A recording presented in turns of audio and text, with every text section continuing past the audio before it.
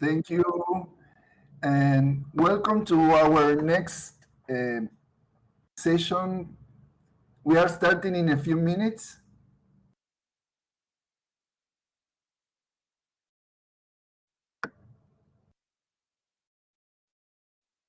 I would like to welcome to our next speakers who are already in the room.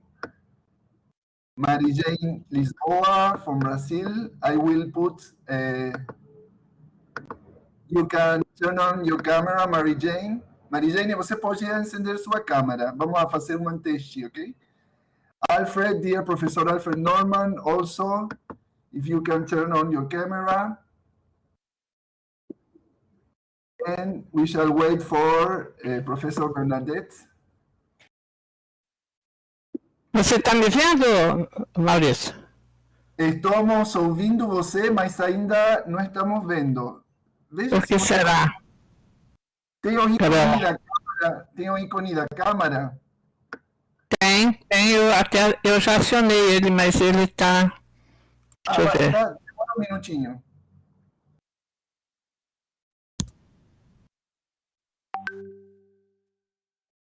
Patricia, sí, te voy a pedir ayuda.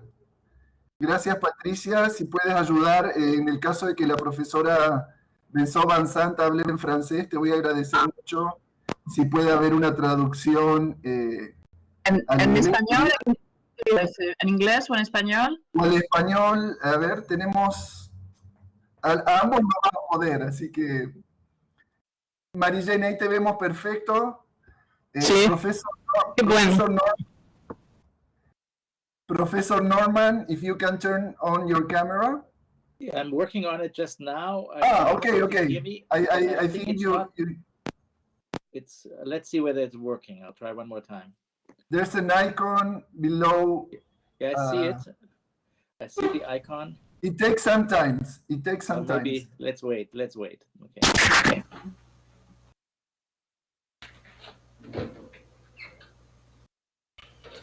Well, it says here, okay, that the camera could not connect to the server. Oh, Let's see. I mean, if it doesn't work,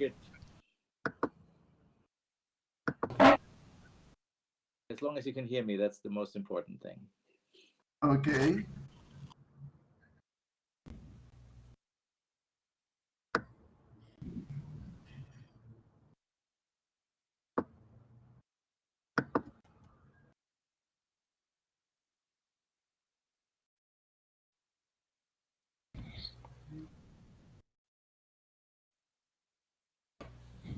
Aquí tenemos Professor Bernadette. Thank you for joining. If you can turn your camera.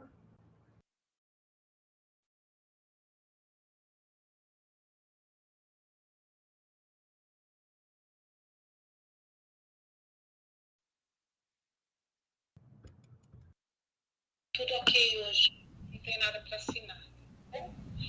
Eu tô com um pouquinho de dor de cabeça, por isso que eu não fui aí. Fiz aqui.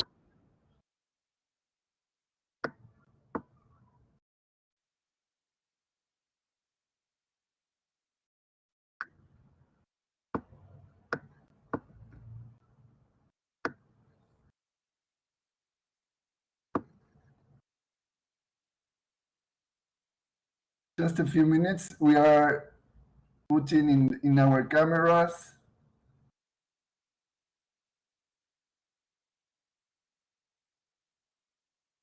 Professor Bernadette Benzo Vincent, there's an icon of the camera below our images that should be able for you to put your camera.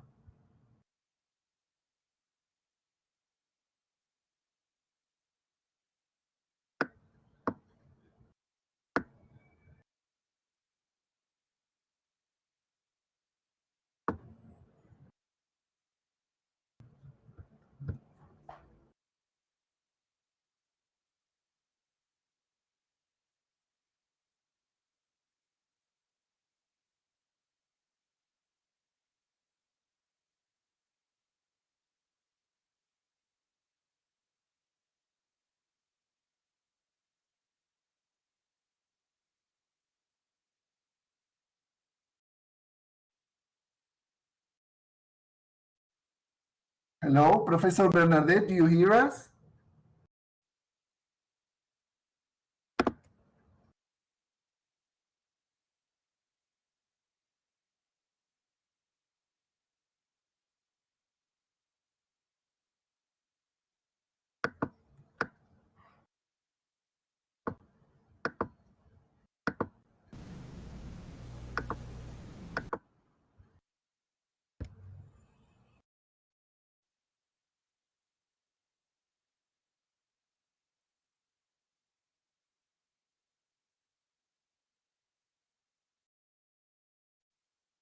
Estamos esperando unos minutos hasta completar las conexiones, nomás chequear que los profesores puedan conectarse. Ya está Mary Jane Lisboa, ya lo voy a presentar ahora cuando introduzca.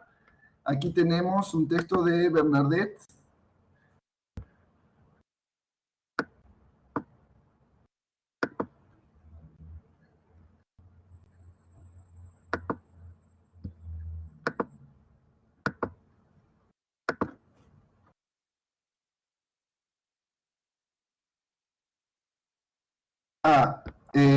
Dice que nos ve, pero no nos puede escuchar. ¿El resto en la sala está escuchando correctamente mi audio? ¿Me escuchan? Hola, hola. ¿Sí me escucha? ¿Sí? Eu te escuto. Ah, perfecto. Bien. Entonces, tendríamos que ver la conexión.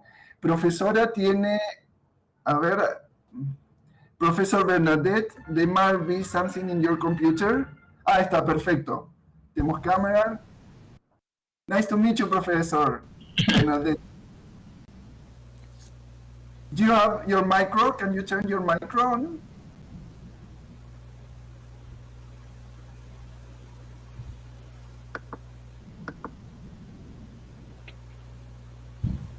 Professor Bernadette, do you have your micro? Just to test your voice, if we can hear you. We cannot hear you. There might be the micro icon below your image.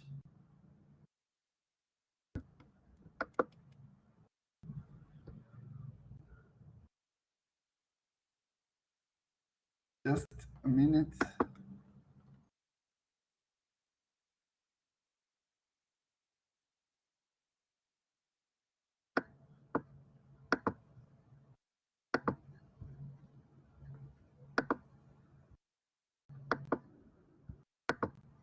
Hello?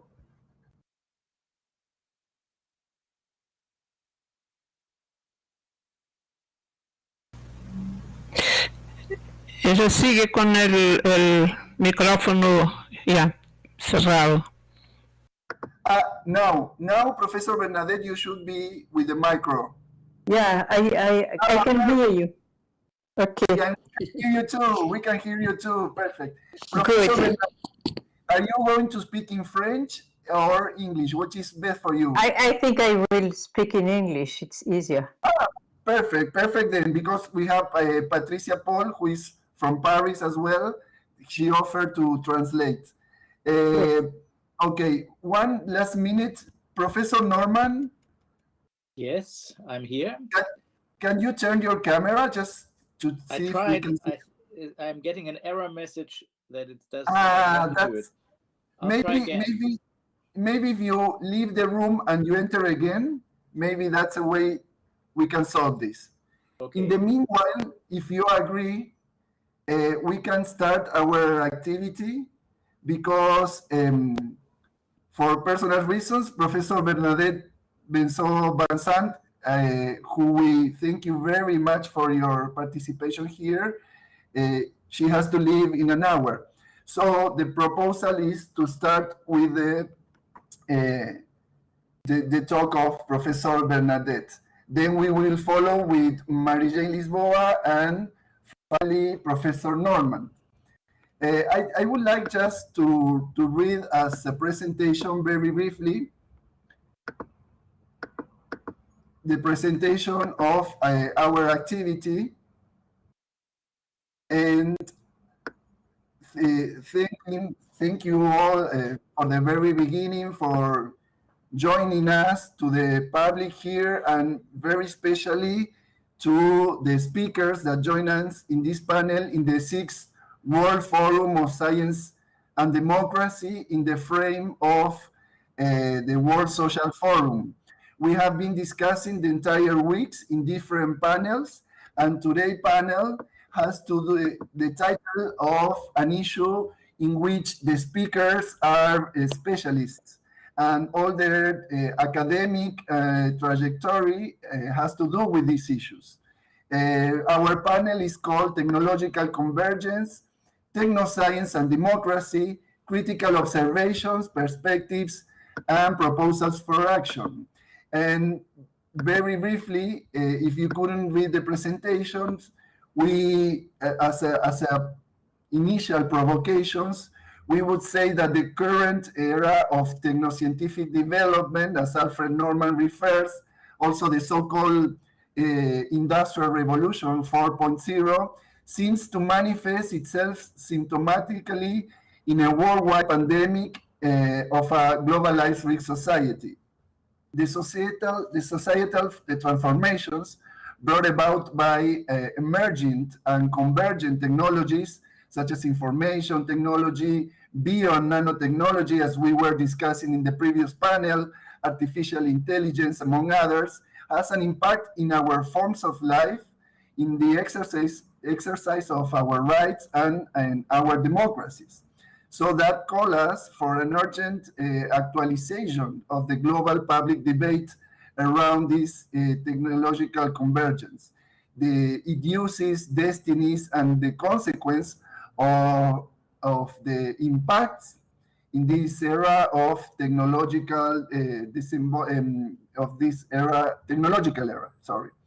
And finally, we would say that the mode of existence of techno-scientific objects not only involves a philosophy and a practice of applied science with a pretension of valuational neutrality, apply also to techno-scientific knowledges in regulatory bodies, in the design of promotion policies that affects our quotidian existence. So we call for the exercise of a critique that allow us to dismantle the hybrid mediations and alliances that construct technoscience, as Latour has taught us. In that sense, Bernadette Van Sant refers that far from assuming that science and technoscience are two distinct entities with stable and transhistorical identities, we consider them as ideal types in a specific historical and cultural context. We are introducing with these words to this panel. Thank you again very much for the valuable time of our participants.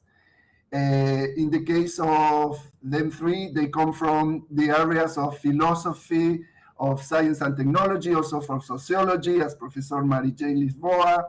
Mary-Jane also have been part of the National Council on Biotechnology in Brazil.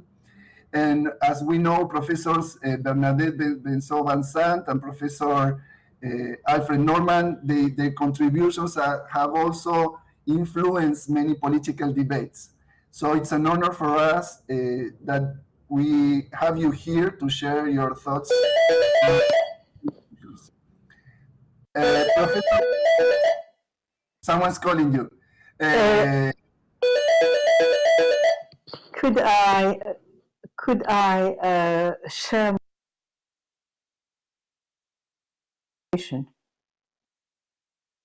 You want to share a screen? Yes, please. Okay, I will share to you.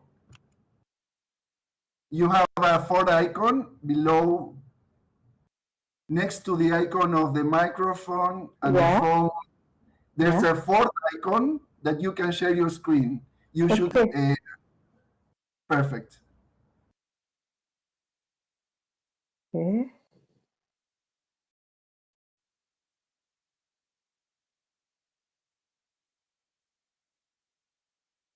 And you should have your presentation open already. No, it doesn't work. Doesn't matter. I don't need the presentation. Okay. Sorry for that. Yeah, okay. So can I start now? Please, thank you very much. I thank you for the invitation. It's always a pleasure to interact with you in this kind of forum. It would be better to be in person, but it's okay like that. So the question I would like to raise is, was NBIC a new era in science and public relations? I mean, we now are 20 years after the beginning, and it's time to look back and to see if the promises that were made in 2002 by nanotechnology and by NBIC have been fulfilled. You remember that among the hype and promises there was not only renewable energy, personalized medicine, bioeconomy, and even immortal transhumance, but there was also one major promise. It was the promise of public engagement and deliberative democratic practices around technology.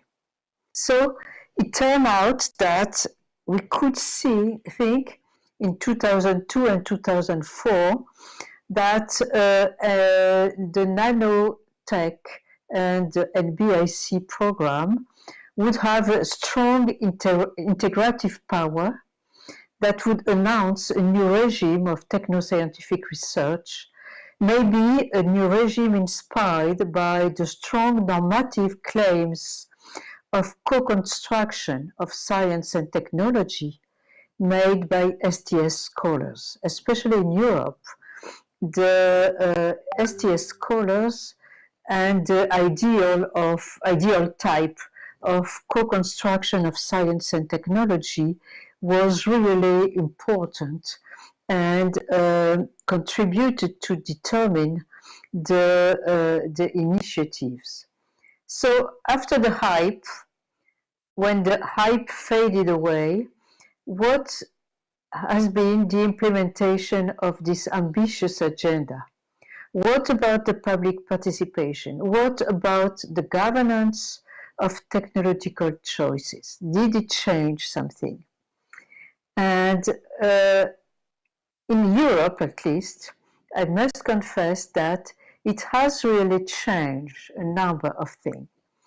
I try again to share. No, it doesn't work. There has been a sequence of initiatives.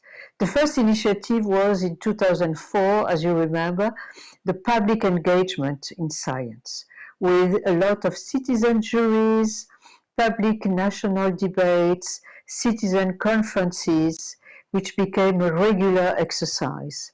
And there was also a second important initiative, which was the involvement of STS scholars or ethicists, SHS scholars, upstream in research projects to implement what they call, to study the ethical, legal, and societal aspects of new technology, especially of nanotechnology and biotechnology. And second, in 2010, the second European initiative was responsible research and innovation. And there was a lot of buzz made around RRI, responsible research and innovation, with strong words like we want transparency, we want sustainability, and deliberative process.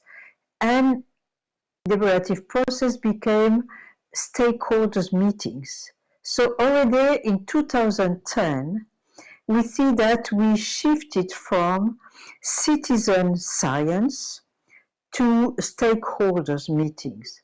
And the concept of stakeholders is really interesting because it comes from the business and entrepreneurship milieu. It's not a political concept. It's a concept which emerged from entrepreneurial culture. And the stakeholders is a concept made up out of on the model of shareholders.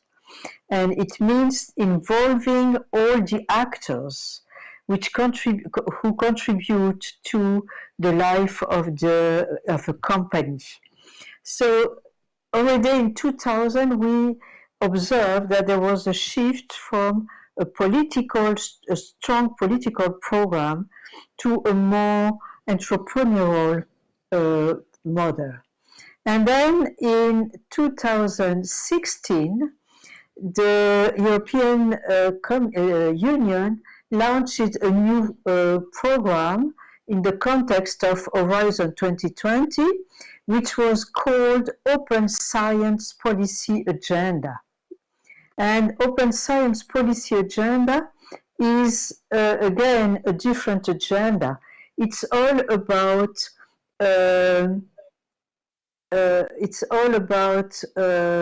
open access, open data, open source, open materials, and pre-registration of materials in the European Union.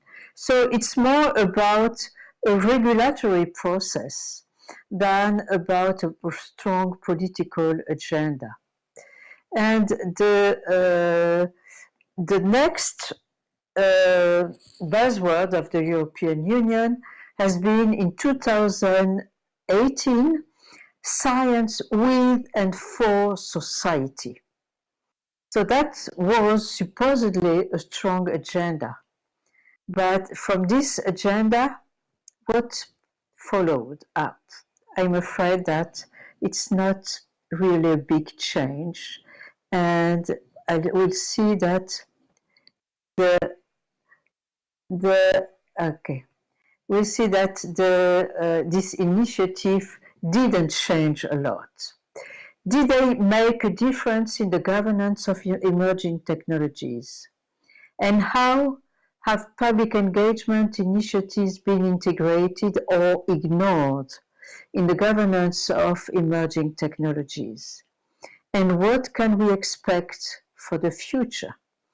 There are big questions that I would like to discuss with you. But we'll see that from the European perspective, what it changed is that we now have strong state and EU regulations about labeling, registration of materials and products, and which strongly influence technological choices, especially among industrial companies and agricultural practice. But innovation is still considered as the main driver of wealth and public welfare. And the EU and state projects, techno-scientific projects, are still encouraging innovation in nano and technology, in biotechnology, especially synthetic biology, and also artificial intelligence. And all this is in a climate of public indifference to nano. After the hype, there was a kind of public indifference, and even, I would say, more recently, a strong public distrust of all kinds of experts, especially in the domain of pharmaceutical companies and agro-food companies. So this is the general climate, but because I'm not really qualified, because I have no real data about this, I would like now to give you more a personal testimony no bird's eye view, but rather to present my insider view from my own engagement in deliberative practices, public engagement, and ethical process. And I think that this personal testimony is just to help everyone reflect on that. I would say that my experience in ethical committees, especially at the European level, convinced me that we are now in an ethical masquerade. It's just a masquerade. There is nothing, no ethics at all in nanotechnology and in synthetic biology. My experience has been as a member of the ethics committee of a big European project in nanotechnology, which is called Graphene Flagship. It's a €1 billion initiative over 10 years and with strong medical and industrial components. And as a member of the ethics committee, we were only 3 people on the ethics committee, a bioethicist, me, a philosopher, and a regulator. And it turned out that for 5 or 4 years, we were only asked to comply, to check the compliance with research ethics guidelines like gender balance, animal experiments, and medical experiments with humans. There was absolutely no public engagement, no RRI concern among the leaders of the project. And after 4 years of this kind of routine work of compliance, the ethics committee resigned, and we all resigned, and we let know at the European level that the reason why we resigned, because they were not at all concerned with the program, the RRI guidelines. And the answer of the European Union was that we were naive to believe when we thought that we could implement anything in responsible research in such a program. I was so disappointed, and so revolted that I promised myself that I would never again sit in a European Ethics Committee. And a more recent disappointment was with the French Ethics Committee of Defense. I was not a member of that, but have been involved in many public discussion with the French Defense Ministry around enhanced soldier.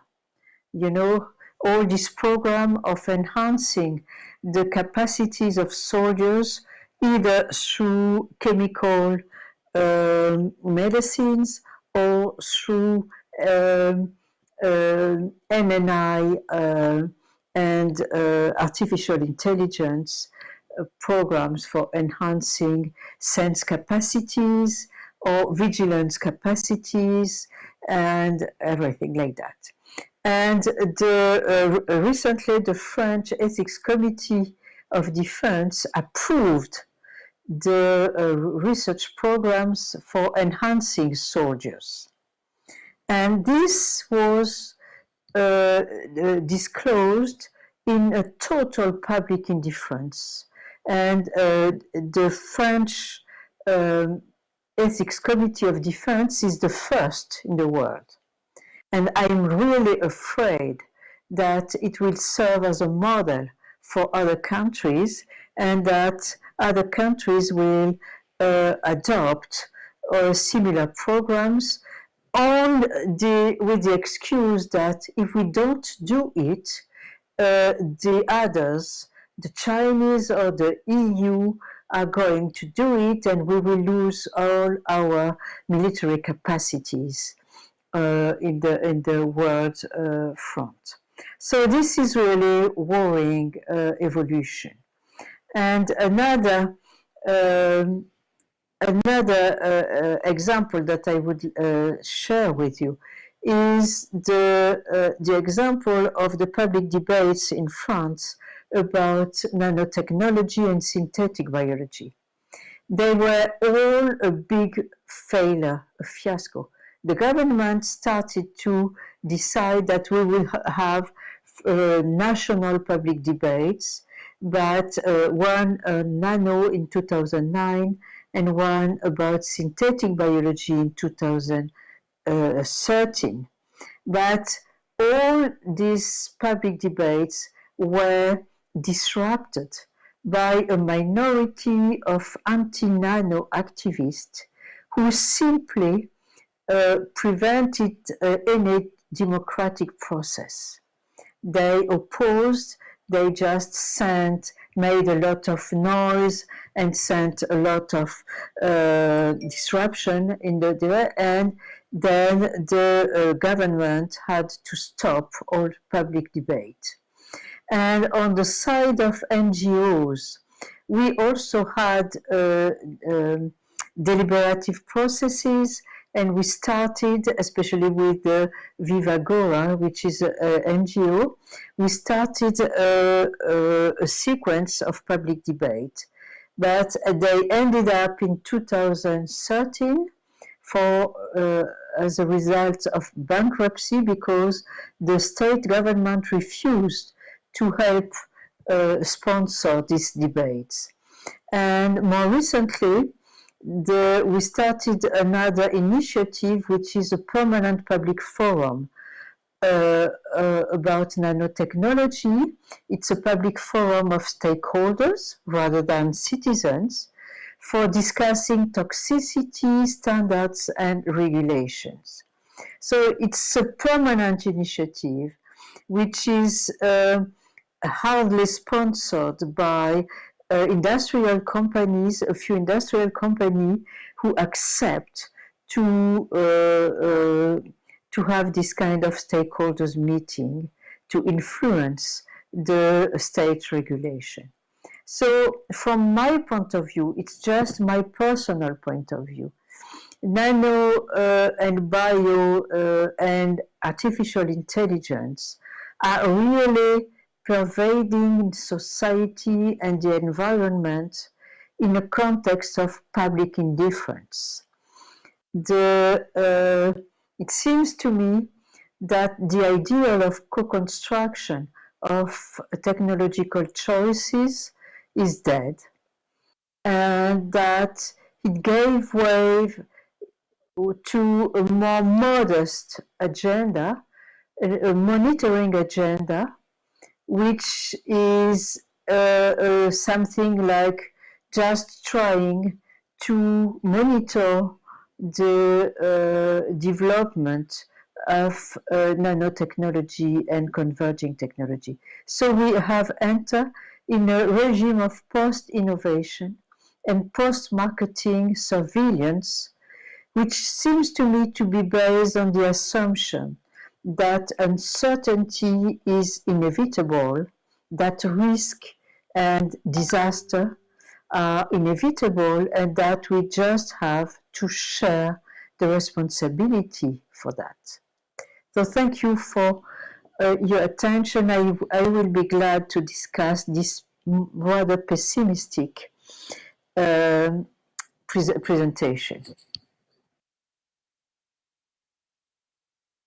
Thank you very much. Merci beaucoup, Professor Bernadette.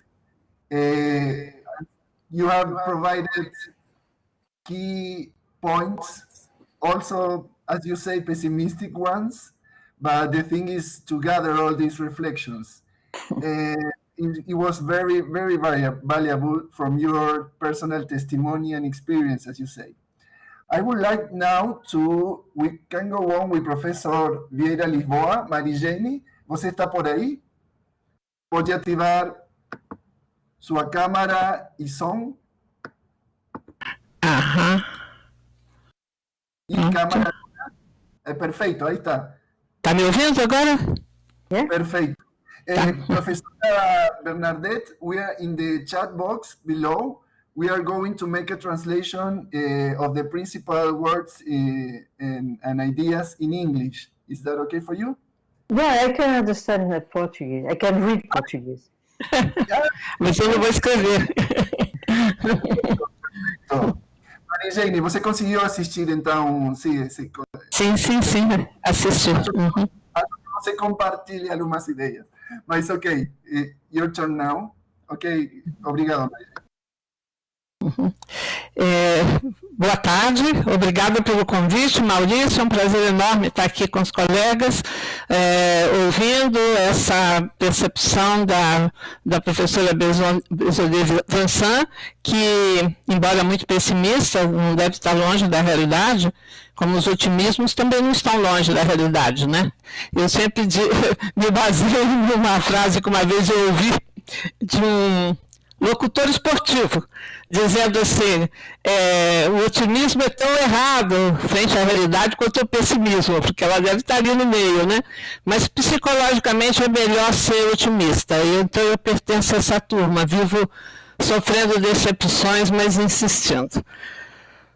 Mas acho que é bastante preocupante esse quadro que a professora descreveu, e acho que, em muitos sentidos, é um pouco o que acontece aqui também.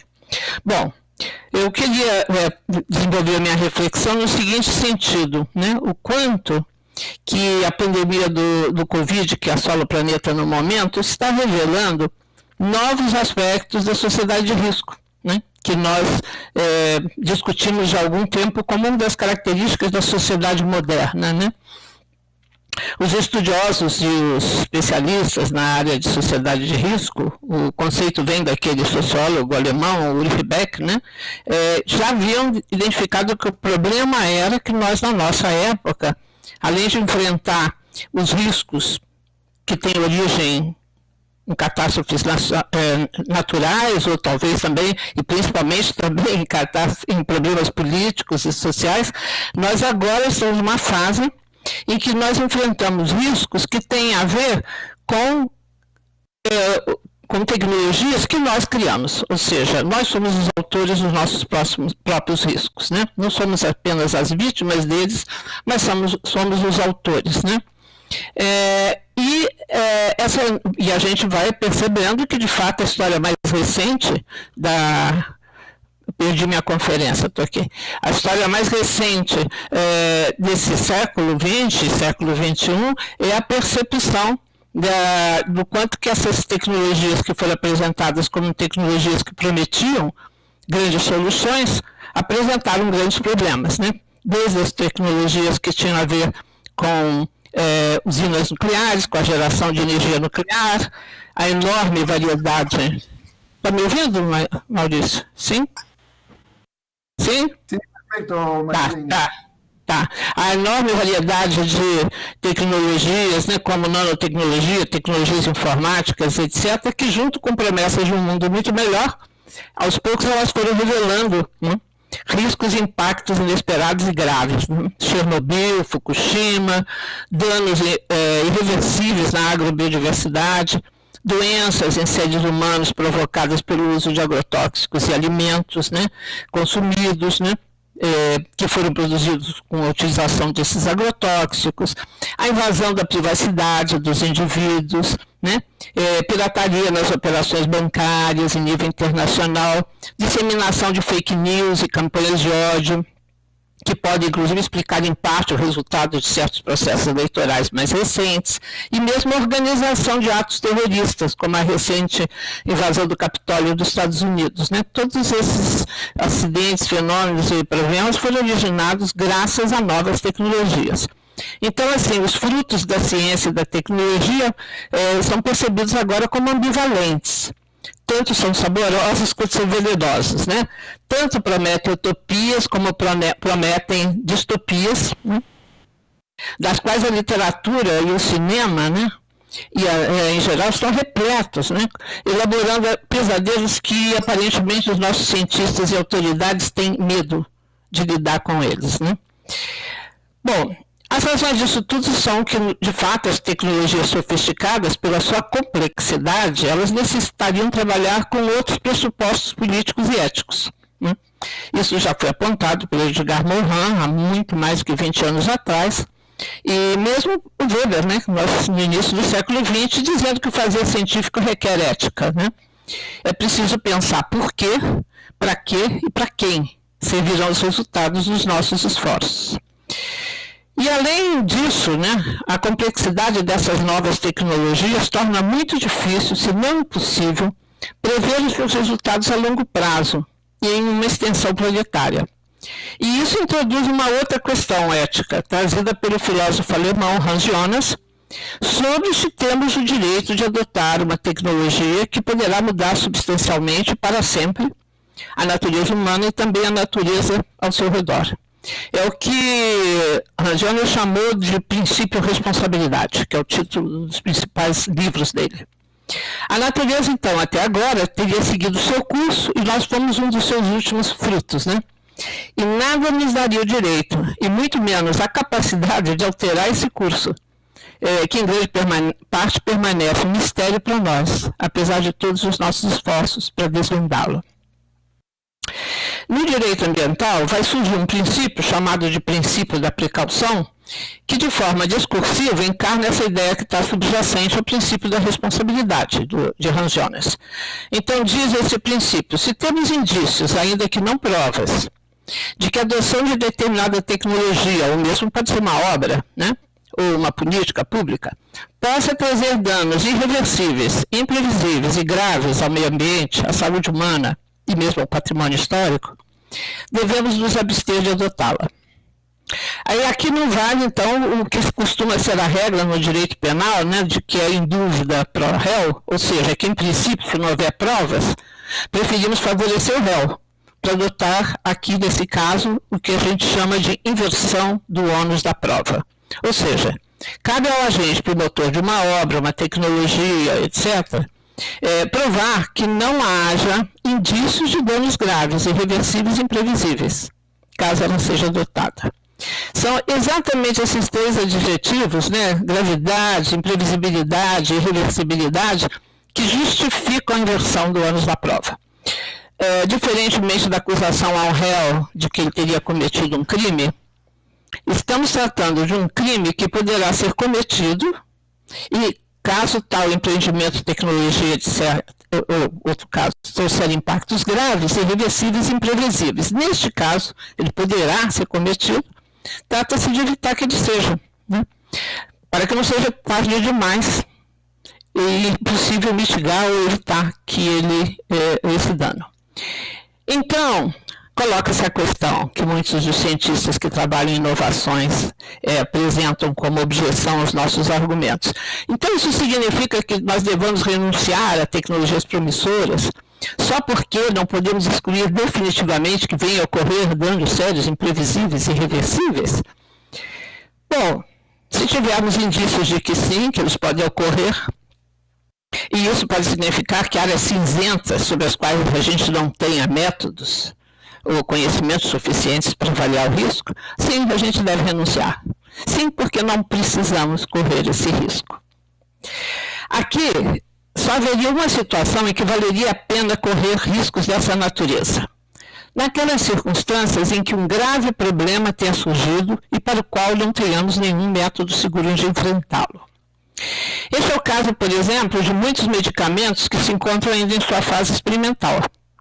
Para doenças terminais ou mesmo doenças crônicas, mas que trazem sofrimentos, grandes sofrimentos aos seus portadores, e para os quais não haja tratamento já comprovado, né, é dada aos pacientes a oportunidade de adotar esses medicamentos, de escolhê-los, né. Um pouco mais complicado, eu já vou chegando na nossa situação atual, é a nossa situação atual na qual uma pandemia global de difícil controle parece só poder ser enfrentada com a adoção de um conjunto de vacinas cujo uso foi aprovado em circunstâncias bastante especiais. Boa parte dessas vacinas recorre a modernas biotecnologias, entre elas a engenharia genética. Como pertencem a grandes empresas de biotecnologia, empresas privadas, que detêm patentes sobre elas, há segredo industrial sobre grande parte dos seus elementos importantes da sua construção. Frustrou-se uma iniciativa, no começo do ano passado, na Organização Mundial da Saúde, de não permitir que houvesse patentes sobre vacinas contra a Covid. O Brasil, inclusive, votou contra. O resultado é que agora temos dois problemas. Não sabemos ao certo se os critérios usados para disponibilizar vacinas para os países estão livres de interesses econômicos. Não se sabe exatamente, aqui no Brasil, para aqueles que não são daqui, corre a história de que um grupo de empresários está querendo comprar, particularmente, uma partida de vacinas por um preço mais caro, para poder vacinar os seus funcionários e os seus trabalhadores. Então, esse é o primeiro grande problema que a gente tem, mas também há uma falta de transparência em relação aos dados científicos das vacinas, o que reforça os movimentos antivacinais. Revelações a certos momentos de que os estudos não comprovaram isso, aquilo, desmentidos, enfim. Duas grandes áreas de incerteza, né? Devido à natureza dessas empresas como empresas particulares, privadas. Então, a falta de transparência sobre vacinas, né, principalmente quanto às de tecnologia transgênica, tem levado a que diversos cientistas comprometidos com interesses populares tenham advogado pelo seu não emprego na epidemia. Embora eu não lhes dê razão, e quero deixar isso absolutamente claro, não dou razão. Porque nessas circunstâncias atuais, me parece que estamos enfrentando uma emergência de saúde pública para a qual temos poucas vacinas e não possamos, portanto, nos dar o luxo de escolher e descartar algumas delas. Mas eu acho que as razões das desconfianças desse grupo de cientistas são plenamente válidas, né? A história recente da nossa era tecnológica nos mostrou que não há por que confiar em uma ciência que não seja transparente nem democrática. Né? Dos átomos para a paz, entre aspas, né? Até Chernobyl e Fukushima, da talidomida, remédio milagroso, calmante ideal para as grávidas, até os seus efeitos teratogênicos, do milagre do DDT aos cânceres e perturbações endócrinas, do defensivo agrícola abaixo de qualquer suspeita, né? O glifosato, aos milhares de processos de jardineiros agricultores nos Estados Unidos por cânceres não Hodgkins, do uso de bots para simular grande parte do apoio político nas mídias antissociais, que vimos nas eleições brasileiras, e provavelmente também nas eleições que levaram Trump ao poder, do uso dos nossos algoritmos para sermos invadidos por propagandas dia e noite, todos esses foram percursos de desilusão, com uma ciência que prometia puras maravilhas, mas que produziu alguns frutos bem podres juntamente. A explicação para o crescimento de movimentos populares anti-ciência, como o terraplanismo, os negacionistas climáticos e os anti-vacina, estariam, portanto, não só na ignorância, ou seja, na falta de conhecimento científico, né, suficiente para entender esses fenômenos, mas em uma desconfiança básica em relação a quem faz ciência e aos governos que promovem suas tecnologias. E desse ponto de vista, esses movimentos têm razão. Não são confiáveis empresas privadas, transnacionais, monopolistas, que decidam o que fazem, quando fazem e o que revelam sobre seus produtos, dependendo do lucro que possam obter. E não são confiáveis também os governos que favorecem e compram essas tecnologias, porque vêm aí retornos financeiros para os seus partidos, suas campanhas eleitorais, deixando a conta dos problemas que venham a ocorrer para futuros governos. A pandemia do coronavírus, além disso, mostrou um outro interessante fenômeno. Boa parte dos governos de países que adotaram uma postura negacionista em relação à pandemia, negando-se a reconhecer a sua existência ou gravidade, e mesmo negando a necessidade de medidas de isolamento social e de vacinas, são governos que subiram na onda de movimentos políticos populistas, de franca rejeição à classe política e às instituições democráticas que hoje conhecemos. Esses governos são liderados por líderes populistas que se apresentam como oposição a tudo que está aí. E boa parte deles defende ou apoia teorias conspiratórias sobre a origem dos problemas sociais que nossa sociedade enfrenta. Desde teorias mais antigas, como a de um comunismo que estaria à espreita para transformar países como o Brasil em uma Venezuela, ou a tese da origem chinesa do vírus SARS-CoV-19, com o objetivo de dominar o mundo, até um QAnon, capaz de eleger parlamentares recentemente nos Estados Unidos, e que vê em Bill Gates, Hillary Clinton, Angela Merkel e lideranças de movimentos antirracistas e feministas meros agentes de entidades supranaturais, pedófilas, que têm como objetivo dominar a Terra e substituir os humanos por uma raça superior, que é a sua raça, desses seres sobrenaturais. Hannah Arendt, na sua análise da ascensão do movimento nazista, discutiu sobre a razão de ser de teorias conspiratórias em sociedades convulsionadas por catástrofes ou crises sociais. Na conspiração maçônica, nos protocolos dos sábios de Sion, e se formos para a Idade Média, nos judeus como causadores das pestes, as sociedades buscaram sempre uma explicação para essas catástrofes, e as explicações encontradas, embora absolutamente errôneas, respondem a uma necessidade de encontrá-las. De preferência, devem ser explicações simples, que permitam atribuir a uma só causa todos os males e apontar uma só solução, igualmente simples, como, por exemplo, eliminar os agentes causadores, quer sejam comunistas, judeus, imigrantes, negros ou adeptos de outras religiões. O desejo de encontrar uma explicação simples tem a ver com a dificuldade emocional de reconhecer a complexidade dos fenômenos sociais e ambientais e as zonas de incerteza inacessíveis ao nosso conhecimento, bem como a facilidade com que a definição de uma causa única ou superior permite apontar para soluções também relativamente simples. Tudo isso deve ser lido como medo, e a desorientação, militando contra o uso da razão. Em O Tempo das Paixões Tristes, François Dubé, sociólogo francês, defende a tese de que o crescimento de teorias conspiratórias e movimentos de ódio contra grupos específicos, eleitos como bodes expiatórios, corresponde ao fim da sociedade de classe que conhecemos durante grande parte do século passado.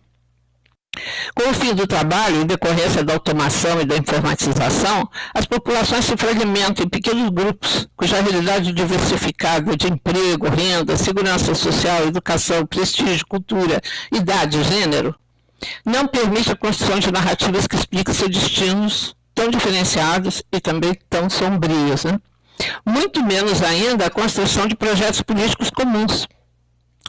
Dominados pelos sentimentos de ressentimento e angústia frente ao futuro, essas massas são presas dos demagogos que apresentam-se como salvadores da pátria, dessa identidade que sobraria depois de tanta fragmentação, as identidades nacionais, religiosas ou raciais.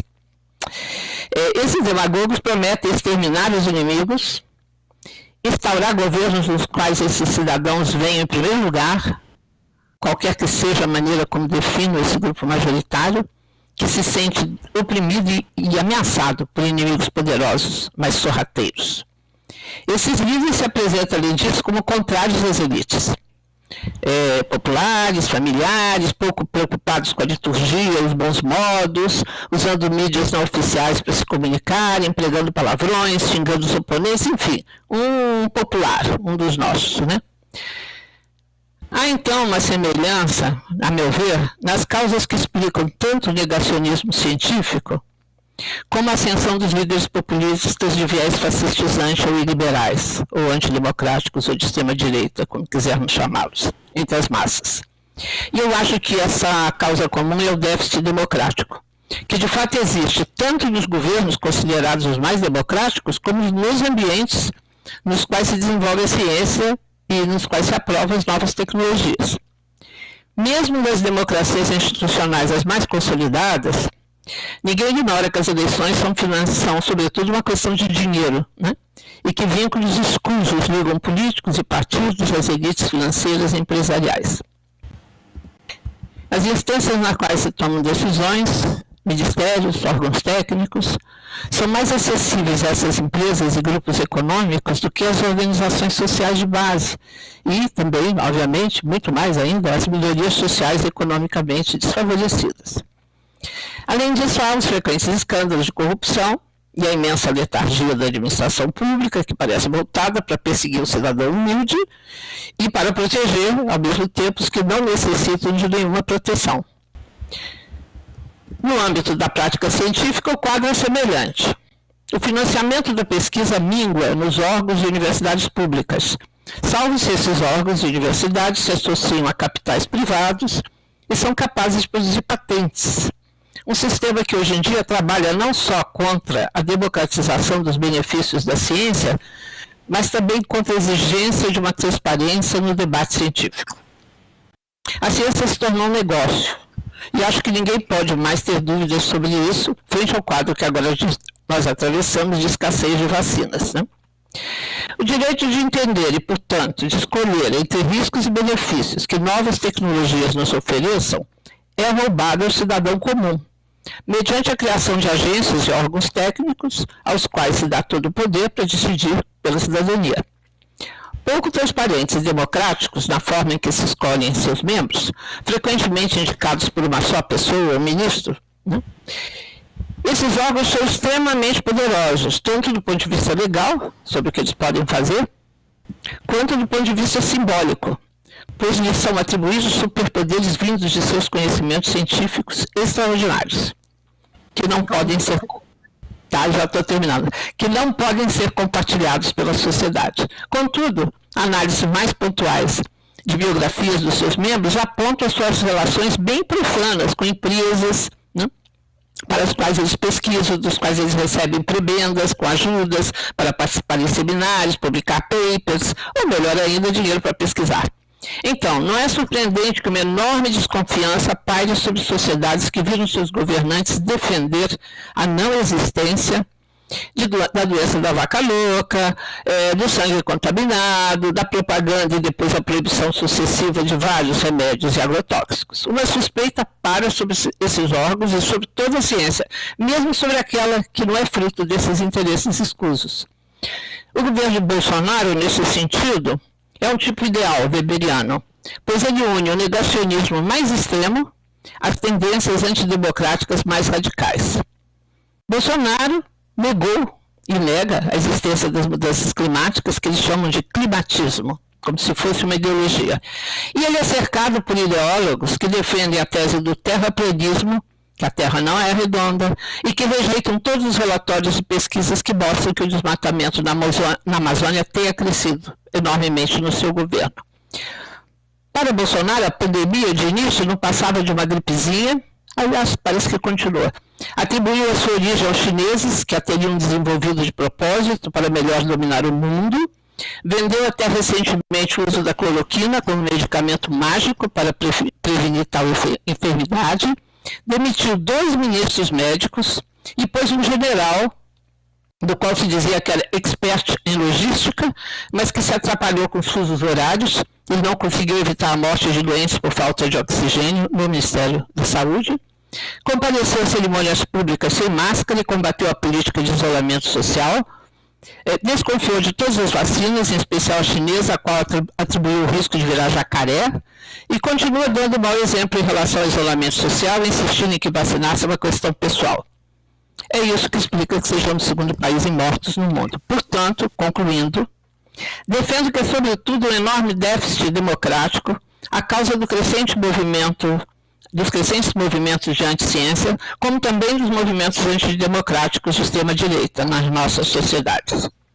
Sem um aprofundamento e alastramento de mecanismos democráticos que permitam às cidadãs e cidadãos ocupar espaços nos quais se debatem e se tomem decisões, como plebiscitos, painéis de cidadãos, fóruns de cidadãos por sorteio, e também de uma legislação que cerceie o poder econômico nos processos eleitorais e os altos salários e prebendas dos governantes, nossas democracias estarão cada vez mais sob risco.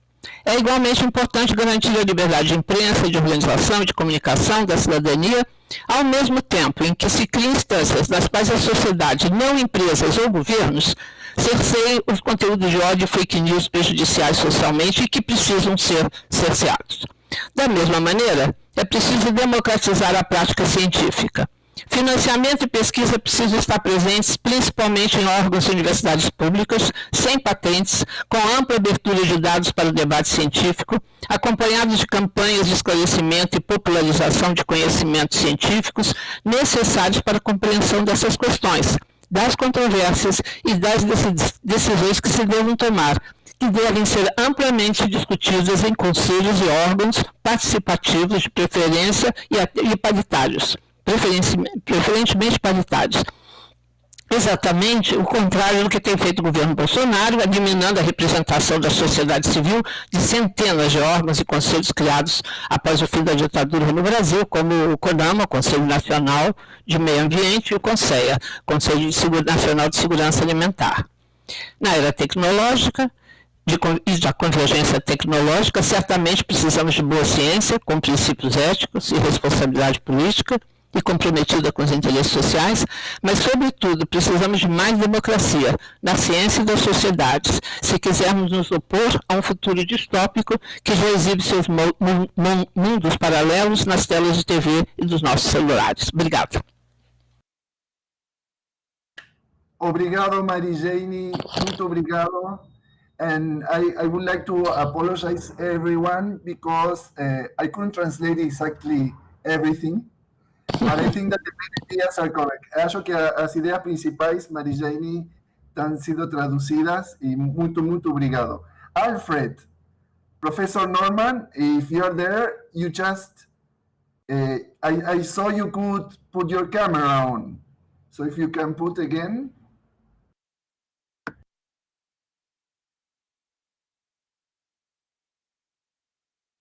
So there's Alfred. Yes, can you hear me? Thank you very much, Alfred. Could you follow the previous? Yes. Sorry for my translation from Portuguese to English, but I think that you got the main ideas of Mary-Jane's talk. So go ahead.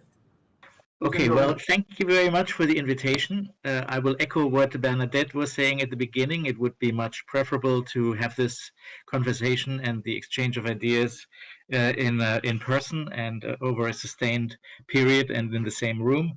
But this is a good substitute. And I will actually pick up on both my previous speakers. It's a bit of a difficulty, of course, for me to add something to what has been said. But most explicitly, I will actually try to continue the thought that was developed by Bernadette. She began by speaking about the very sort of euphoric, enthusiastic way of looking at the distinction between classical science and technology and the new modes. It was actually called Mode 2 for a while, and the new mode of techno-scientific research.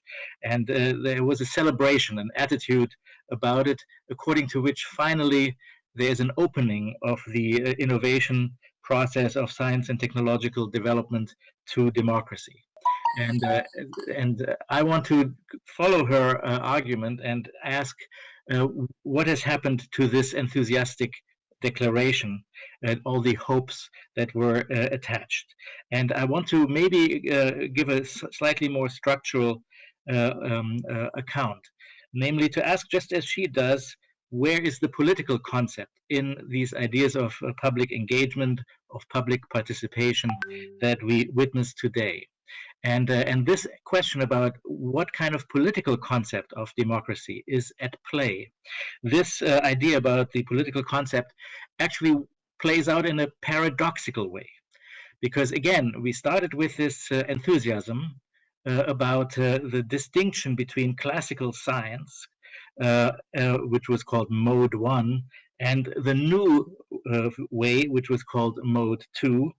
And classical science was thought to be undemocratic for the reasons that it was a bit like a, let's call it maybe a priesthood of knowledge seekers who work according to their own logics and who do not respond to the interests of society and to the criticisms of citizens. And now we have a more technological project, namely techno-science.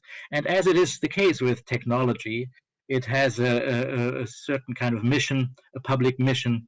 It is answerable to the people who pay for the work, and it is by its very nature, you would say, more open to influence from the public. So this is the picture we get, but there's a paradoxical notion associated with it once we ask about the political concept of democracy.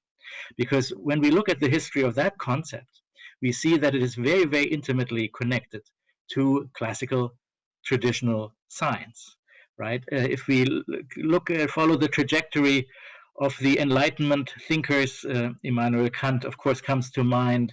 But then if we go through the whole 20th century, the thinkers like Max Weber, Robert Merton, Karl Popper, Jürgen Habermas, all of them were giving us, you might say, theories of democracy.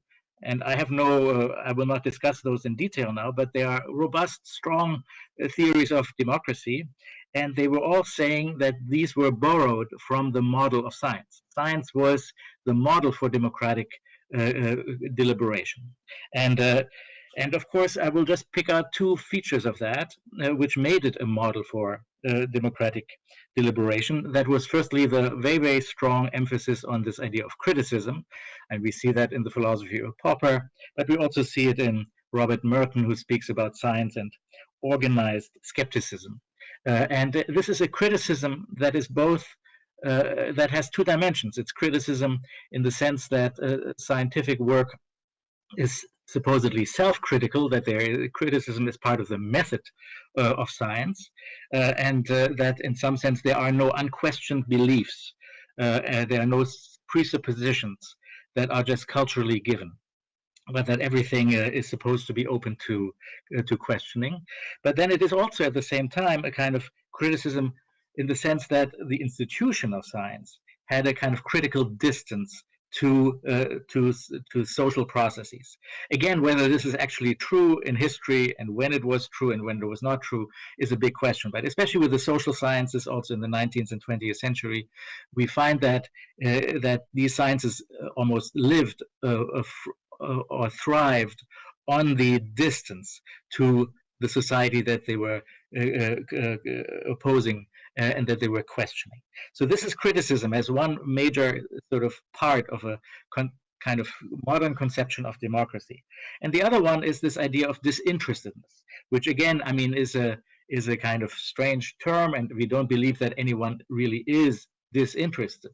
But this is not what this was about. It wasn't the claim that people didn't follow interests, that they were not ideological, that they didn't want to earn money, that they didn't speak for a certain clientele. Of course, everyone is interested, but when you come together in a parliamentary setting, you start to sublimate your interests, and you start talking as if you were all addressing some kind of public shared concern, like you were all addressing the public good, just like the scientific community supposedly is interested in advancing the truth. So even if people are very interested, they still kind of frame their arguments, they frame their rhetoric in this kind of way. And this has a way of producing what you might call a genuine political public sphere, where of course you also become answerable to certain kinds of criticism. So this is the idea of science in a kind of which includes a political concept maybe of democracy. And now let's look at technoscience, and let's look at what Bernadette was saying, and also Marianne was saying about the realities of the dream of a more democratic technoscience. And what we see here is, I think, that there is a flip side to this whole idea of participation and openness and public engagement. And the flip side is that it is all about delegation and distribution and also dilution of responsibility. So questions that would maybe be political questions in the sense that they require kind of formation of public will, those kinds of questions become in some sense distributed over the shoulders of basically everyone, and we sort of turn out to be rather satisfied if everyone can say what they think, and we kind of take note of that, and we think that this is already a way of being open and circumspect, and it's a way of taking concerns on board, and in some sense sharing concerns, listing concerns. But this, of course, is not yet what I would call a strong sense, a notion of democracy, which in the end requires that we bring issues to the fore, we kind of dramatize and prepare the issues for decisions, and the decisions about basically how we conceptions of the good life that collectively a society wants to pursue. And I think this is not actually happening. I could give the critique in a bit more detailed way, and I will just quickly mention a few points, but then I want to finally come up with perhaps a notion of maybe what is needed. I don't know. It's a very abstract notion, of course. So the first thing I think that we know is that indeed there is a lot of talking about this idea of openness to society. Bernadette was referring to it, which has different, which is also closely associated with responsible research and innovation. And this openness to society in this distributed, delegated, diluted way comes in the end to also, of course, being open to more or less market forces, to establishing certain ideas as innovation, as a kind of end in itself, certain ideas of feasibility and competition become you might say unquestioned background assumptions that drive the discourse.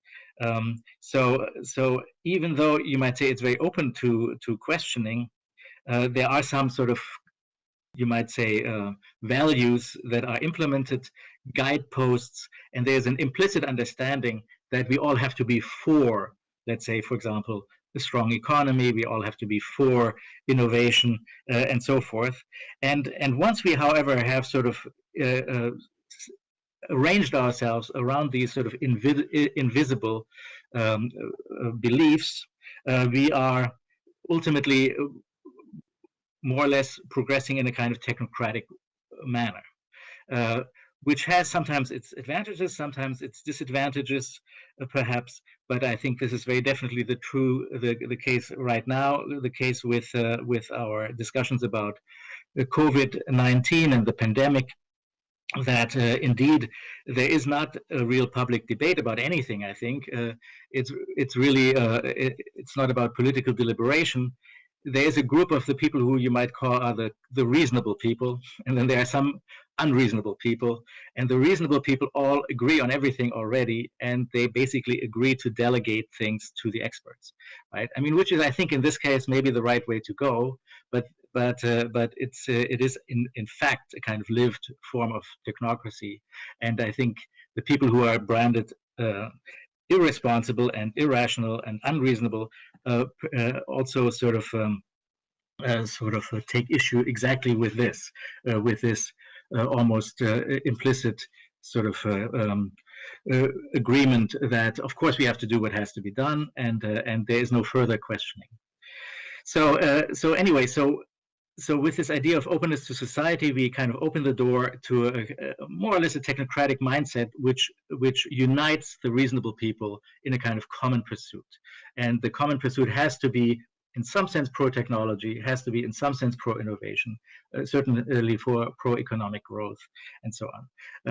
And if you don't want to participate in that, you're opting out of the discourse altogether, right? There is no space for discussion once you opt out of this. This is actually heightened in two different modes, which are being discussed quite a bit today. The first one is this mode of participatory design. I mean, everyone talks about design right now. It's becoming a very fashionable metaphor, and also in our own communities, the communities of science and technology studies, I've heard the slogan, for example, that we, meaning people like us here assembled in this conference, we have to design communities that design well together, right? So this sounds like a beautiful ideal, and I think it has in some ways displaced the old ideas of political public as a kind of ideal of happy collaboration, of bringing everyone in, of connecting users and designers and developers. But at the same time, it's also a very homogeneous, totalizing kind of concept, and it is a very powerful concept. And again, it's one that works with inclusion versus exclusion. You have to become, if you have to enter this joint design process, and then every objection is only a constraint that we kind of work through together to find a good solution. And so we adapt, we modulate, we do all kinds of things, but the trajectory itself is a given trajectory, and it's not up for discussion. There's one final metaphor that I want to mention because I think it is a bit more interesting. It could be made more interesting for sure, and that is the not the metaphor of participatory design, but that of collective experimentation. That's actually a little older, and it's not so fashionable anymore. But there was this talk that the development of science and technology is a form of political experimentation in the real world, an experimentation which becomes experimentation only to the extent that there's also a social learning process involved, that we have to learn from our experiments. And that is, of course, where this metaphor falls short. No one knows exactly what it means to learn from collective experiments. And again, no one knows whether there's any way where the forum is in which to question these findings from our collective experiments. And this is the final point I want to make now, and I want to conclude with this. So I was saying that in the classical deliberative setting of democracy, as people like Habermas or Merton and Popper were dreaming of democracy, right? That in that place there was a kind of scientific attitude which consisted in acting as if you were only interested in the public good. Okay, and now that's where the debate begins. Of course, you know, different people say that this is for the public good, and then we contest that, right? And the reason why we contest it is because deep down we are interested. We do speak for some kind of segment of society. We do talk for the interests of the environment, or for the interests of the working class, or for the interests of whatever. So there becomes then a real contest about what is this public good. And you might say that in technoscience, in these kind of open deliberative settings, which invite everyone in, everyone who wants to be a part, there are also similar concepts, like, for example, the concept of sustainability, right? Sustainable development is a concept that everyone agrees on. It's one of those concepts that kind of create a bond between all those people involved in the discussions. But it does not really happen now, interestingly enough, that there is a forum in which we can ask, so what is sustainable development? Or even more particularly, for any particular solution, so any research funding proposal that is being made, and every research funding proposal says this is a contribution to sustainability, right? So, but where is the place where we discuss, is this really a contribution to sustainability or not? So where is the place where we treat this only as a claim, as a kind of political claim, that here I am able to make a contribution to a sustainable development of our societies. So who is there to question this claim? For the most part, we just accept the narrative that is being given and say, okay, all right, I can see it. Here's maybe something more efficient. Here, there's maybe a little bit of waste reduction. Here's a little bit of this. And we say, okay, all right, this sounds all good. It's all sustainable development. But this is probably just exactly where we don't, where the political discourse in a robust sense is not beginning, where we are lacking kind of this institution, perhaps, in which a critical distance to the implicit goals that are part of these public design processes can be formulated. So this is very quickly, I hope not too quickly, but I also hope not too long, my contribution to this debate. Thank you. Thank you very much, Professor Nordmann. thank you in advance, Professor Bernadette, because I know you have to leave. But maybe we can have a short debate. There have been a lot of comments in the chat box. However, we invite the public here, if you want to make any questions or interventions, you can write in the chat box, and I can read it. Some of you may activate your microphone so we can make interventions and questions. And also between you, Mary Jane, is it okay for you if you participate in English in the debate? Perfect. Okay. Dice, muchas gracias. Okay.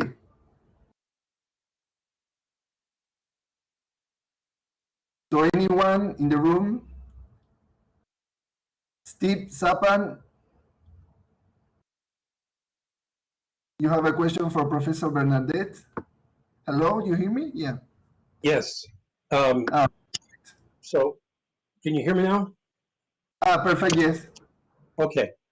So I put in the chat box kind of a suggestion for framing a nanotechnology debate. I think a general debate where the questions are framed by the government probably was not going to be successful because it was too general.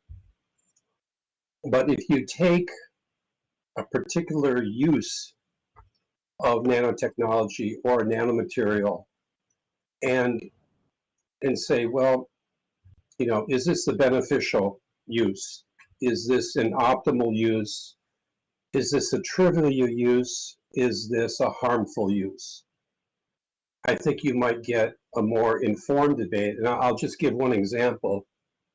I was at a meeting about a decade ago in which there were a couple of medical doctors who were desperate to get the use of nanosilver in washing machines and other consumer products prohibited because nanosilver was building antimicrobial resistance that she and her medical staff needed when they applied nanosilver wound dressings.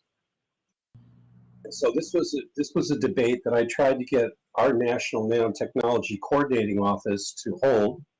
It's too controversial, but it's the kind of debate that you could certainly hold in an academic setting or a kind of a smaller public debate.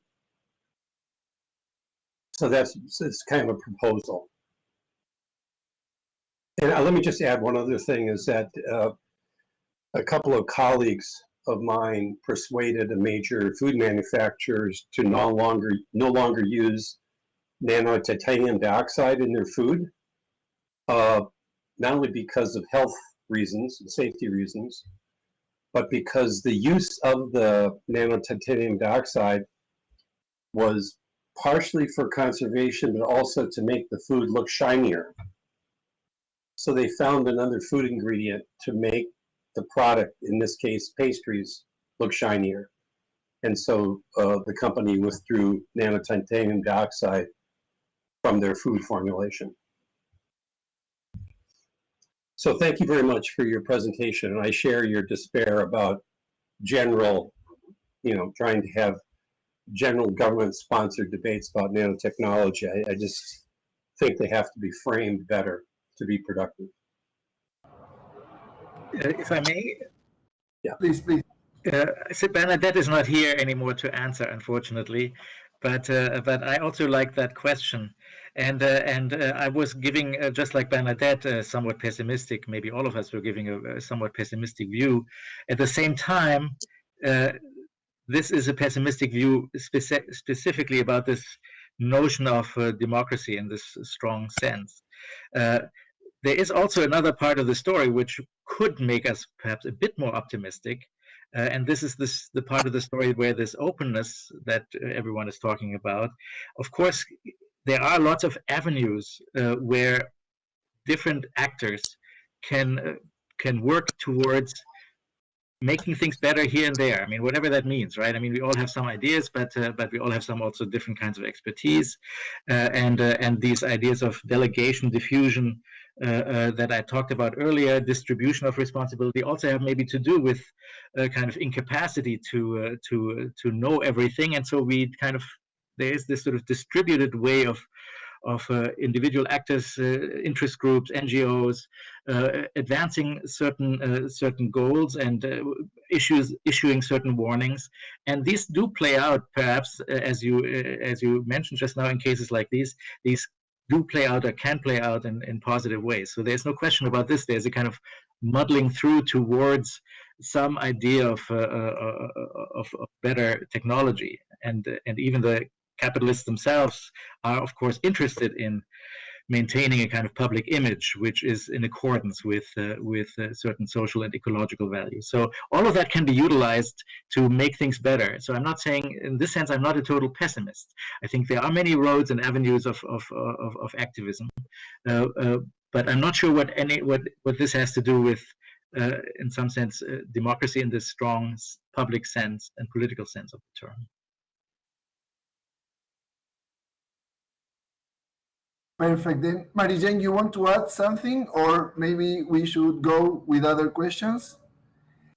In the meanwhile, to the other questions, I would like to say that between the pessimistic position, which is also necessary, a critical position, and these questions that between Mary-Jane and you, Professor Nordmann, you suggest that we have to make again these questions: what is political representation? What is sustainability? What is the common good? And basically not pretend that the science has a pure interest in pursuing the truth or in pursuing the common good. So we draw these parentheses of a lot of assumptions. I also agree with the thing of you have democratic design spaces with no public there, and there are many devices, dispositives in the Foucauldian sense that, as Mary-Jane also told in her exposition, that they withdraw, they capture the power of public participation. But I agree with you, we have to change maybe some questions about our assumptions of what is public participation, and as you say, Professor, in what places, in what terms. So that's a general comment that I agree with that position. And here's a question from Agustin Mauro, that he says that mostly of these developments, I think that Mary-Jane addressed this issue, that the speakers, they talked about the problem of regulation of the technological development and the problem of the public participation. But there's another geopolitical problem, that mainly the technological development happens in the main countries, and then it is exported to peripheral countries, where there are even less possibilities of control, regulation, and participate in things related to technology. So what do you think about this asymmetry between countries where all this technological development is being developed, and these other countries where they adapt the technological developments? I don't know if I was clear in my translation, sorry. I'm kind of lost in translation.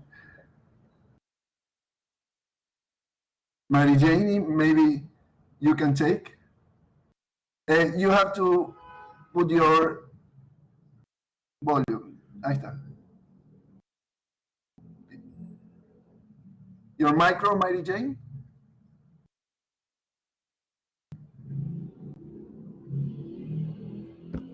Now? Yeah, it was deactivated, yes. Can you hear me now? Yes? Yes?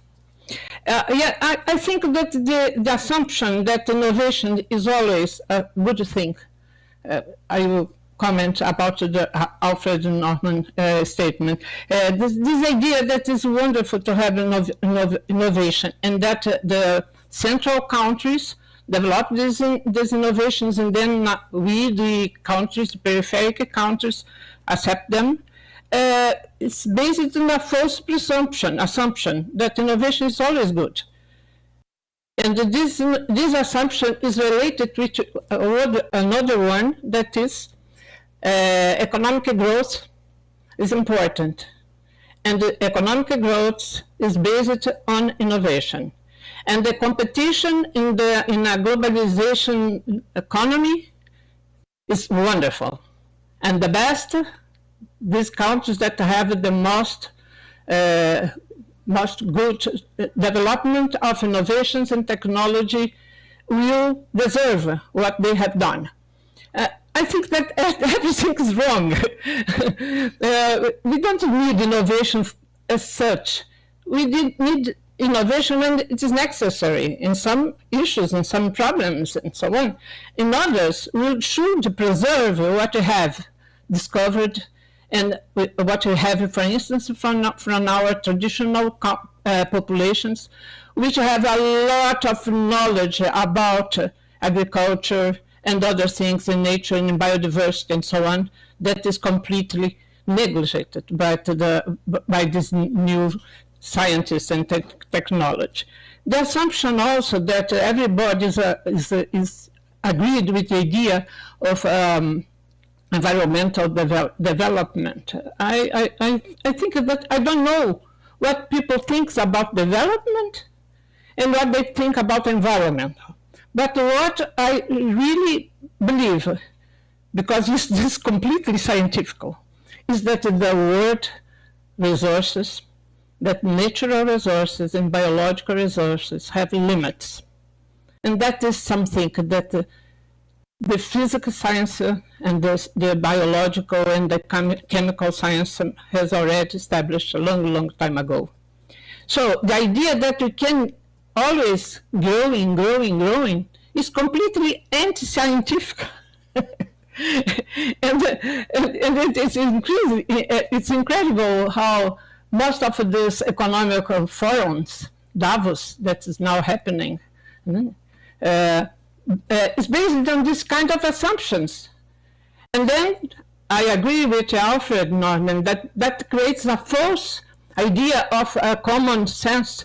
Everybody believes on that. We are all here meeting because everybody, big industries and scientists and politicians, everybody's together here with looking for best innovations and so on and so on. No, I think that the problem is that we have really very strong contradictions relating to about what to do. And a really scientific debate cannot bypass these contradictions. This is. May I say something? Can you want to speak first, Professor? It's up to you. No, it's okay, Mauricio. Go ahead if you want. It's just one thing related to this question of Agustin about the asymmetry in countries. I don't know if I agree completely with him because of the following. Argentina and Brazil are among the main countries producers and consumers of GMO crops. Mm-hmm. The public mobilization, organizations, we have, for instance, in the peripheral areas, we have the pulverizations with agrochemicals. You have associations of mothers concerned by the health of them and their children. And there is a lot of participation from outside, not in institutional design places. There is a huge participation at least I would say in North South America against transgenics crop, which is biotechnology. But there is a matter of scales, because what is in public claim is for instance, problems like the massive use of agrochemicals, agrotoxics, we say, We have rebaptized. We don't talk about agrochemicals. We say agrotóxicos. But there has been a huge mobilization on that. What happens is that it is outside the institutional framing, you know. But the thing about scales that I was pointing is the places where decisions are made, like the national councils of biotechnology, they have like a wall against them. But there is participation. There is a huge participation. It doesn't happen the same with nanotechnology, for instance.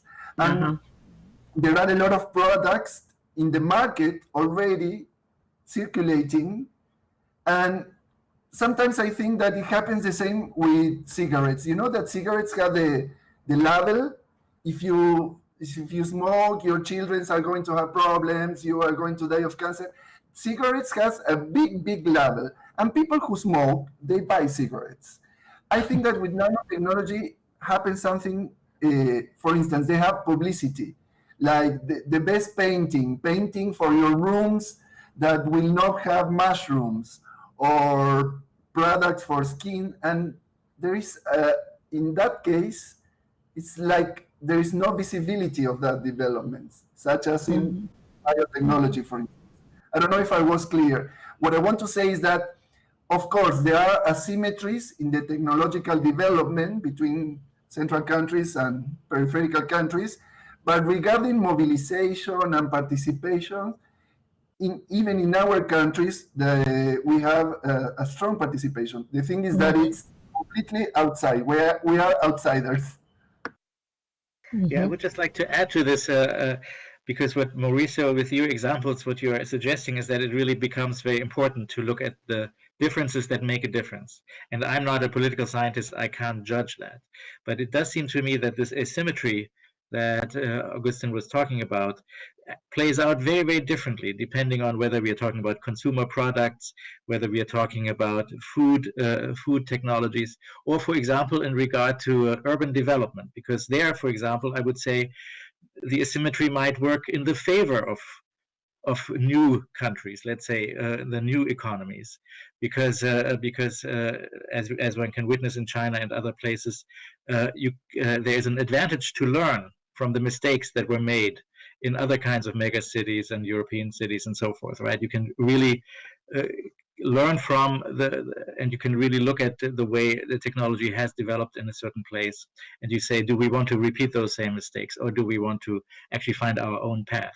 But this is of course not always possible in equal measure, and it might be interesting to focus on sort of what does it take to enhance this learning process.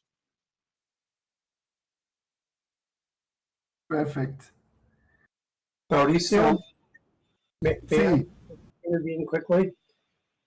Steve, So go ahead. I was in Argentina in 1996, and I debated Conavia at the Universidad de La Plata, and it was really quite pathetic. They had no regulatory system. And I told one of the representatives of the Sociedad Rural that Monsanto would never keep its promise to not require royalty payments. And the whole economics of adopting GM soy in Argentina was based on this lie. Apart from the fact that whenever you monocrop, you create all kinds of pest and plant pathogen problems. I mean, this is just extremely well known in the science. So these kind of stupid state-assisted commercialization campaigns to try to save companies, there are good counters to them. I mean, right now in Africa, for example, great use of cell phone technology to identify plant diseases and animal diseases, to make plant and animal disease prevention and treatment much cheaper, much faster. Great use of technology. There are many technologies to defeat the armyworm and locusts. I guess I could say this in Spanish, but maybe I couldn't. But of course, the chemical companies, Bill Gates, Agra, they're trying to sell this one completely unnecessary and extremely expensive technology, because right now they have enormous amount of debt. And the debt is so awful that it's not even rated. It's junk bond debt, they don't even rate it. It is so risky. And so the governments are essentially rescuing these companies. But if you do comparative technology analysis, if you have that capacity in your country, you realize very early on, this is unnecessary, this is unaffordable. There are much better options. Here are three of them. This is something I will never forget my weekend in Argentina trying to persuade the Sociedad Rural to not adopt GM. Said, the Pampas are the richest agricultural land in the world. Why would you give it up for a crop whose price you have no control over? The price is set in Sao Paulo and in Chicago. I mean, that was self-evident.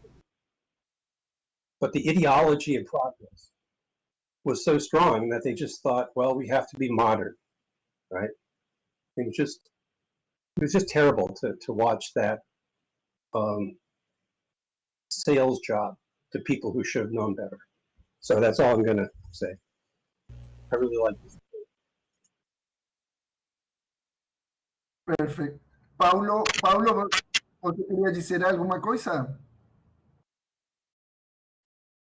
In English?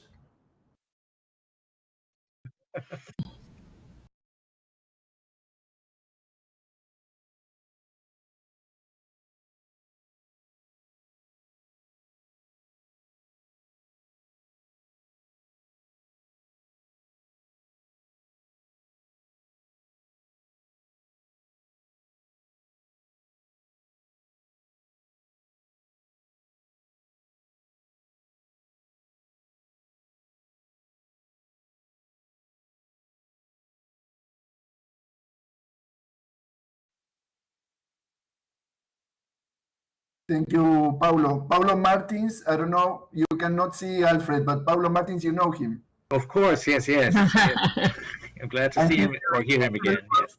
He's the responsible for putting us all in this tab. There is a comment. Valeria, do you want to put your microphone? Valeria Pinto is professor in Italy. She coordinated one of the panels of our forum, and she has been commenting on the chat box. Valeria, do you want? Let me see. You have the micro, Valeria. It's good enough. It was only a question to Marjane about the rapid growth with the fact that is what Latouche basically think. And on this question, I think that there is a difference between innovation in the sense of Schumpeter creative destruction that maintains order of inequalities and increase them, and what is indeed a real new event in the sense of that which breaks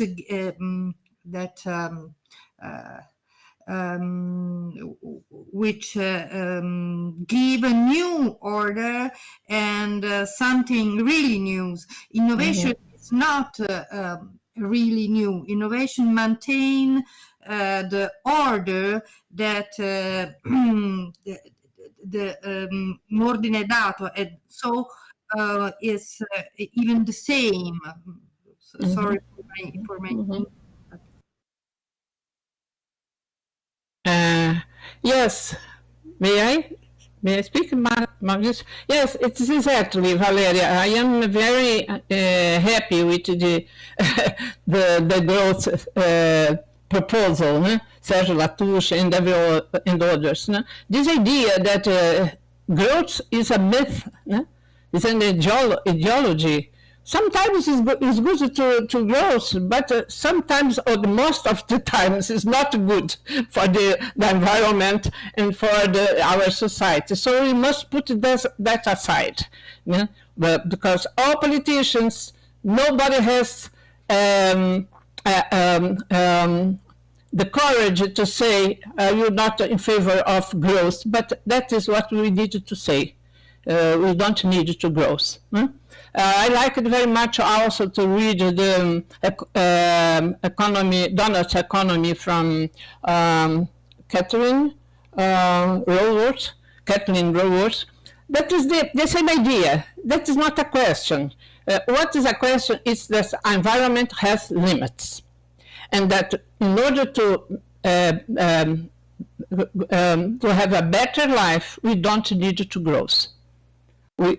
We need to define our priorities, and our priorities must be social priorities. Best life, best culture, best sociability, solidarity, and so on.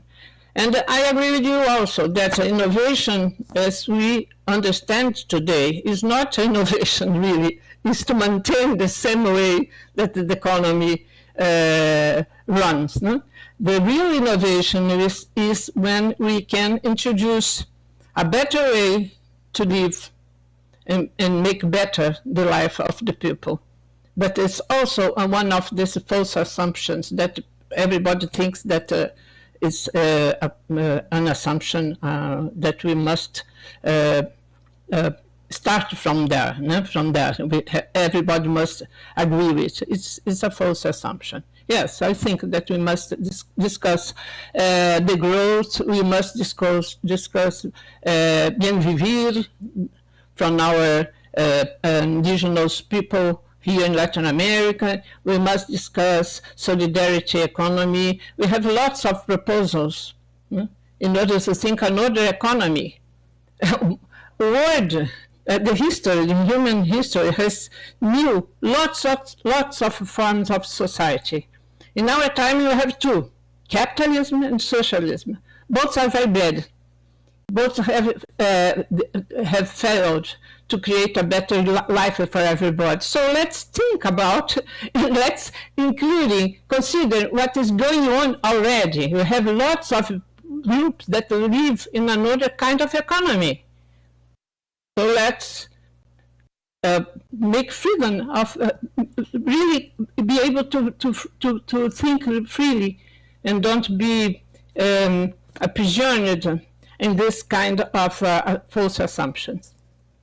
But maybe let me add to this, because actually, Mariana, I understood you saying this earlier, and I just want to highlight it because I liked it a lot. When Valeria is talking about the distinction between innovation that in some sense just continues a certain kind of economic dynamics, and then another kind of novelty which might be a radical break with the past and actually makes things genuinely new. I would argue, and I think you seem to agree with this, that we don't discover this distinction just by looking expectantly into the future and into the laboratories of science and technology. I mean, because there's a lot of that going on where we say the future is being made by people in technological laboratories, and we are expectantly hoping, of course, and everyone wants to claim that they are creating some real breakthroughs and that everything might be different. But the place I think where we need to start is really to look at actually what's wrong in our current situation, and how do we work ourselves out of that. And then a second order question is, does technology and science have much to do with this? Not always, but what can they help, perhaps? And then to kind of work from there. I think that would be the much more. And then, of course, we don't know whether a radical break with the past will happen. I mean, that's history, right? I don't know whether we can produce that in a willful, deliberative way, but we can hope for it, of course, and we can maybe try to create some conditions for it.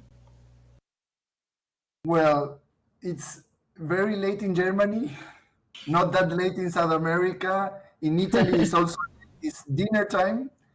But I would like to thank you so very much. If anyone in the public wants to point another last question or comments, it's now the time because we are closing.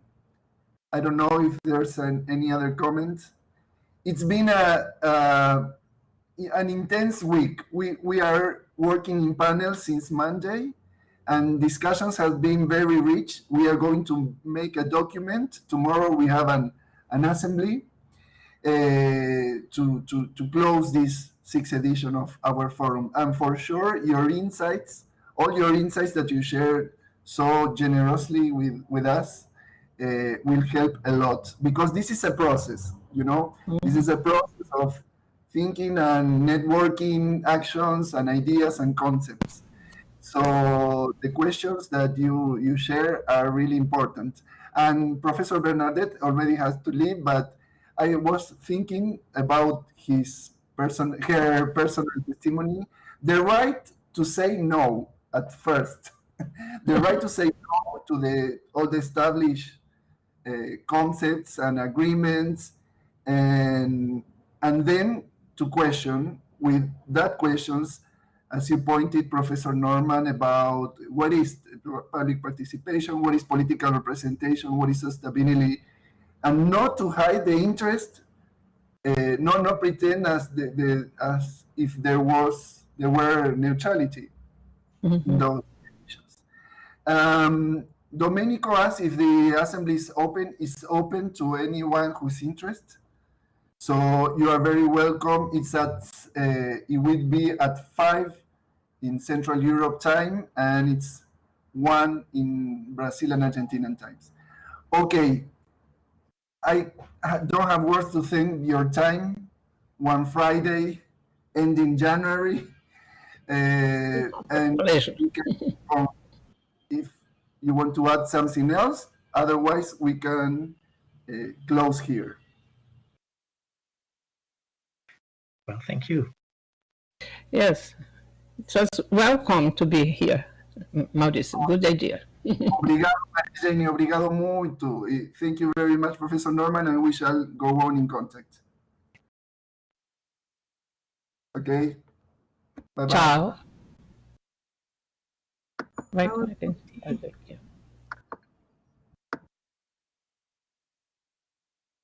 Ciao a tutti, ciao Maurizio, ciao.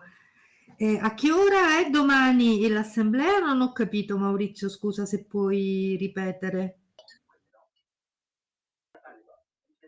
A las 5 ora alla stessa ora, quindi alla stessa ora di sempre di tutti gli interventi, giusto? As the same time over every day yeah. panel. Okay. Yes, but maybe not 4 hours, huh? 1 hour maybe. 1 hour. Okay. I hope. Okay. And it was great moment. Bye. Gracias, Mauricio.